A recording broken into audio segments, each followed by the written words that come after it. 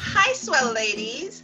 I thought of you today and wanted to share some info that would help us as women to lead empowered lifestyles. My name is Marcia Chambers, aka Speaker MC, creator of SWELL for Women. That's Sexual Wellness and Empowered Living Lifestyles for Women. Every Tuesday, I'll share some random information that relates to our overall sexual wellness so that you can confidently unleash your inner goddess.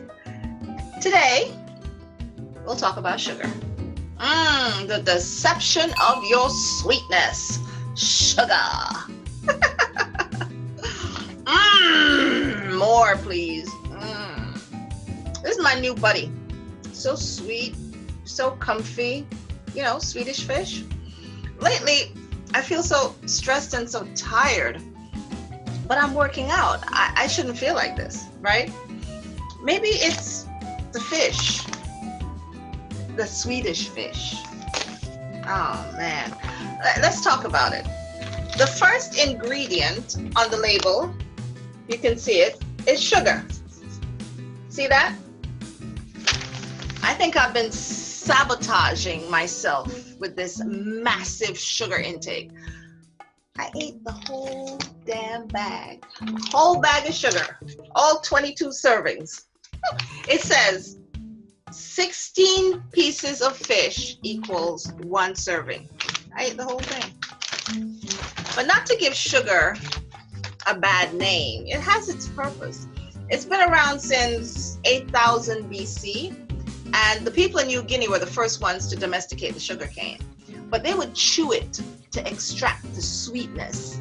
And the people in India figured out how to crystallize it. Yeah, around 350 AD. But the problem then was that growing and processing it demanded a lot of labor. Hence, the trade triangle and sugar slavery in the 1500s. But let's fast forward to the 21st century. Sugar has some good uses. One of the good uses is to be used on patients. This doctor in the UK is, researching that aspect where he uses sugar on the wrappings for patients who have leg ulcers, amputations, and bed sores. It's thought that because the bacteria needs water to grow, that the sugar draws the water away. So no water, no growth, bacteria dies. Isn't that something? Another good use of sugar is used as a wax. Yes. You know how they melt the wax and remove the hair from the eyebrows, the mouth and the chin and the chest and the genital areas? Yeah, well, sugar does that. And it leaves the skin so nice and soft. I'm told that when they remove the hair from the lady parts using the sugar, it leaves it silky smooth. Yeah, and it's pain-free. Well, less pain, I'm told. But let me just inform you that the sweetie is very deceptive. Eat too much and the excess sugar that the pancreas and the cells can't process gets stored as fat. And the more sugar you eat and the more sugar you drink, the less sensitive and more resistant your hormone becomes and results in weight gain. And unfortunately, it can develop into type 2 diabetes. Yeah. But that's not all. High insulin can mess with your youthful look. Yes. When you start noticing female facial hair or acne or hair loss, or God forbid, the man boobs. Oh, good grief. Yes. That means that your GH level is being depleted because of the excess use or consumption of sugar. GH, growth hormone. That's the fountain of youth. Yeah. the hormone that makes you feel sexy and look lean. Yeah, the growth hormone, the GH. Remember that, the GH, your fountain of youth. But one of the biggest effects is the lowering of the testosterone level. And that's where Swell comes in. Low testosterone equals low libido. Yeah, mojo gone, bye-bye. For men, this is a very simple hormonal equation. But for women, the high level of sugar consumption, it not only affects the testosterone levels, it affects all the other hormones like estrogen and progesterone and prolactin. Yeah, when those hormone levels go woo, wicky wacky, yeah, it gets problematic. So here's a simple equation for us women. Too much sugar, low GH, feeling unsexy, low mojo. Oh, here's another one. Too much sugar, high stress, low mojo, low sex drive. Okay, but how do you know when you have too much sugar? I'm so glad you asked that question. That's such a very insightful question for you to ask. Woohoo! Well, get your spoons. Teaspoon and tablespoon. Get a cup and get some sugar. Go ahead, I'll wait for you. But hurry up. We don't have a long time. We are going to do some measuring here today, just so you know how much is too much or how much is enough.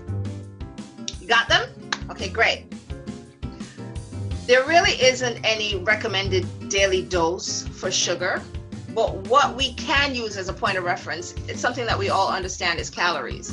The American Heart Association suggests that 100 calories, which is 25 grams of sugar, equals 6 teaspoons for women, which is 2 tablespoons, or 150 calories, which is 37.5 grams of sugar, or 9 teaspoons, or 3 tablespoons, and that's for men. So for women, 100 calories, 25 grams is 6 teaspoons. We're going to measure that. And I want you here measuring with me. 1, 2. Can you see? 3. I want to mess up the table. 4. 5. See what I mean? 6. Okay. So that was 6 teaspoons. Let's see how much that is. Wow. That's right here. That's this much sugar. This much sugar. It's a lot of sugar. But that's the women recommended daily dose. 100 calories, 25 grams equals this much sugar. Let's check it out for the guys, which is 150. So this is 6, and they have 9 teaspoons for men. So we'll add 3 more. 1, 2, 3. Holy crap! Oh my gosh. So 9 teaspoons, which is 150 calories, which equals to 3 tablespoons. Guess how much it showed up in the cup? Like this much sugar. What? But that's a daily recommended amount. Even so, it still looks like a lot. Whoo, Lord have mercy. I bet you can't tell me this. I have a question for you. There are 4 items, and I want you to tell me, what do they all have in common? Nicotine, cocaine, sex, and sugar. What do these 4 items have in common? Nicotine, cocaine, sex, and sugar. I'm listening. What do they have in common? Nope, that answer is wrong. Oh, wow, somebody got it. Yes. They all light up the same reward center of the brain. Yeah, very good. Congratulations. No prize today. As humans, our bodies need and crave sensual pleasure.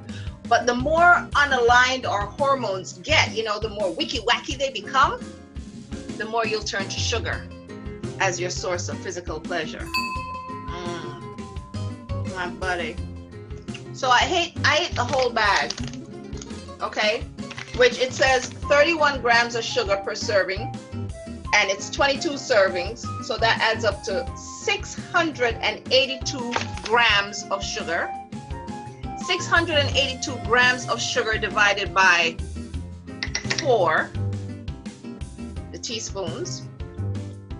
It's 4 of these that make up the 25 recommended daily dose that we talked about. So 682 divided by 4 equals 170.5 tablespoons of sugar. 170.5 of these I had from this bag. That's disheartening. It's alarming. It's holy crap. Yes. And you might not like candy, and you might like canned sodas. Do the same calculation. Bring awareness to your mind. All I can say is moderation. Moderation. So now what? Watch your consumption. Know that the recommended daily dose is 100 calories and try to stick to that. Or find a sugar substitute, like maybe maple sugar that's made from the sap of the maple tree. Maple sugar, 1 tablespoon is 9 grams, and it's 33 calories in comparison to refined sugar, which 1 tablespoon is 12.5 grams or 50 calories. So read the labels. Read the labels to your coffee and know that coffee latte, mocha choco, yeah, a lot of sugar in those too. The dressings, the breads, get in touch, get in the habit of reading the labels. Yeah, get in touch with yourself, right? Get in touch with your awareness of how much sugar you're consuming, because you'll surprise the sugar out of you. So here's your call to action.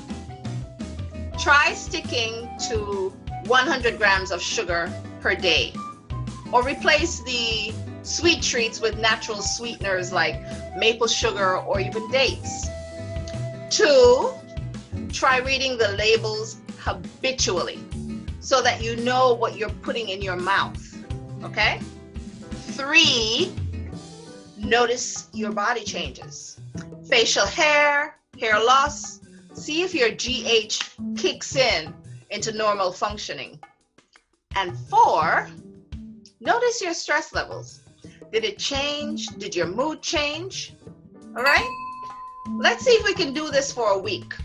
And I'll follow up with you next week to see your progress. And I'll share mine as well. That sounds good? All right. Well, this has been a wonderful session all about sugar, that deceptive little friend. So go out, smile more often, and ladies, unleash your inner goddess. I'll see you next Tuesday. Bye.